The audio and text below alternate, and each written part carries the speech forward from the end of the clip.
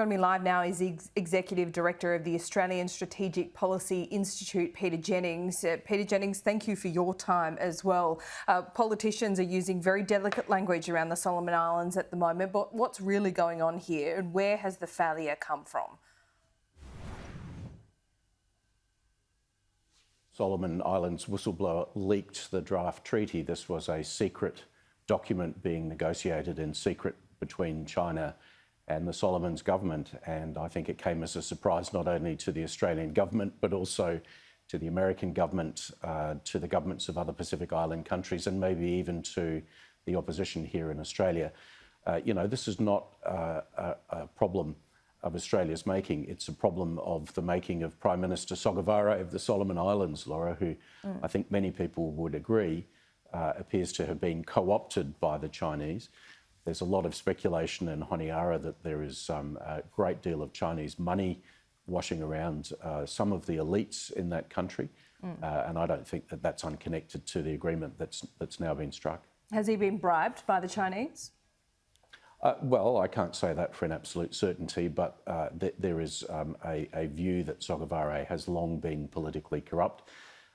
You'll recall a year or so ago when the Solomons changed its diplomatic recognition from Taipei to Beijing, that there was commentary at the time saying that that was driven primarily by money for Prime Minister Sogavare and his political supporters in the parliament. So yes, I think that's in all likelihood that is at the base of what we're seeing today. So Australia's refused to play by the Solomon Islands rules, but if there's a higher a goal here, do we just need to play their game, if you know what I mean? Look, I think if we want to genuinely be the leader of security in the Pacific Islands region, we have to accept that it's going to involve us to pay for that to some extent. We need to be able to offer a compellingly better proposition to the Solomon Islands, to say that we're a more honest partner to deal with. We are not going to militarise their country. We have always been there in the past to support the Solomons, to help them with riot control, to stabilise their country during past periods. I think for the average Solomon Islanders, and indeed for their political opposition, Australia is the preferred country of choice. So we need to do a better job of explaining that to them.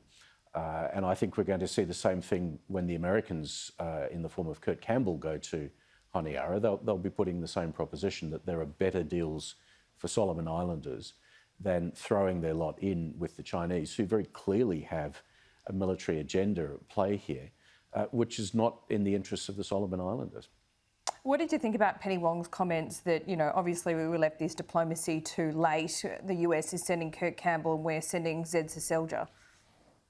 Well, Kurt Campbell is not a member of the Biden cabinet. He's right. a senior official. He's a very capable official.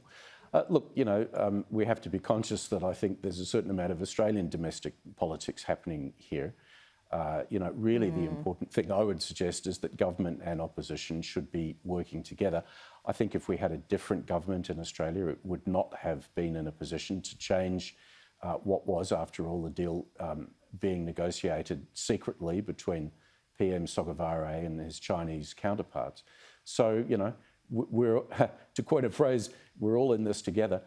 What would a Labor government now do to reverse this situation? Australia has, I think, a lot of work to do to sort of regain some standing that's been lost over several decades in the region. Yeah. But now we've got a test case that has to be worked on immediately, because I can assure you China will lose no time, Laura, in moving quickly to capitalise on this deal. China believes in creating facts on the ground, and so we will very quickly see the next steps being taken for China to establish a military footprint in Honiara. And I think that's something we need to work very hard, hopefully in a bipartisan way, to prevent from happening. Well, bipartisan, that's a tall order from you, Peter Jennings. We'll see how it goes. We are in the middle of an election campaign, of course. We'll have to leave it there.